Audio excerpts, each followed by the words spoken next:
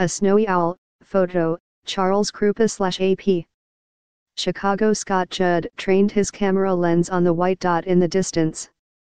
As he moved up the Lake Michigan shoreline, the speck on a breakwater came into view and took his breath away. It was a snowy owl, thousands of miles from its Arctic home.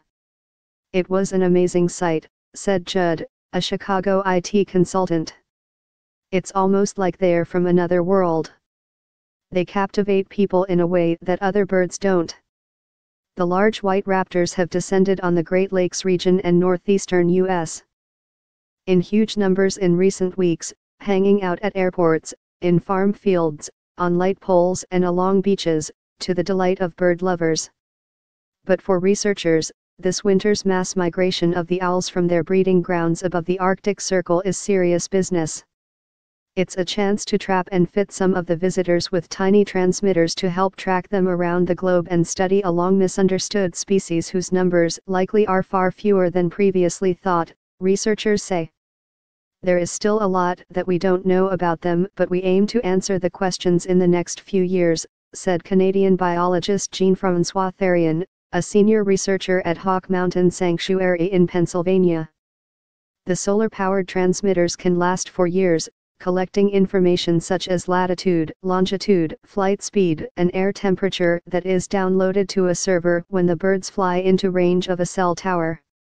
A snowy owl flies past a seagull after being released along the shore of Duxbury Beach in Duxbury, Mass. The large white raptors from the Arctic have descended on the northern U.S. in huge numbers in recent weeks, giving researchers opportunities to study them. Photo, Charles Krupa/AP. The use of transmitters, which intensified during the last North American mass migration in winter 2013-14, already has yielded big surprises. Instead of 300,000 snowy owls worldwide, as long believed, researchers say the population likely is closer to 30,000 or fewer. The previous estimate was based on how many might be able to breed in a given area. That calculation was made assuming snowy owls acted like other birds, favoring fixed nesting and wintering sites. But researchers discovered the owls are nomads, often nesting or wintering thousands of miles from previous locations. The miscalculation doesn't necessarily mean snowy owls, which can grow to about 2 feet long with 5-foot wingspans, are in decline. Scientists simply don't know because they never had an accurate starting point.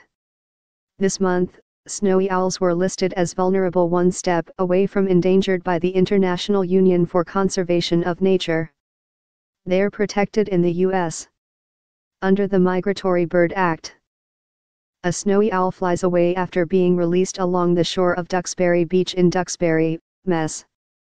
The owl is one of 14 trapped so far this winter at Boston's Logan Airport and moved to the beach on Cape Cod Bay. Photo, Charles Krupa/AP. This year's mass migration is a bit of good news. Researchers once thought these so-called eruptions signaled a lack of prey in the Arctic, but now believe the opposite. Breeding owls feed on lemmings, a rodent that lives under Arctic snowpack and whose population surges about every 3 or 4 years.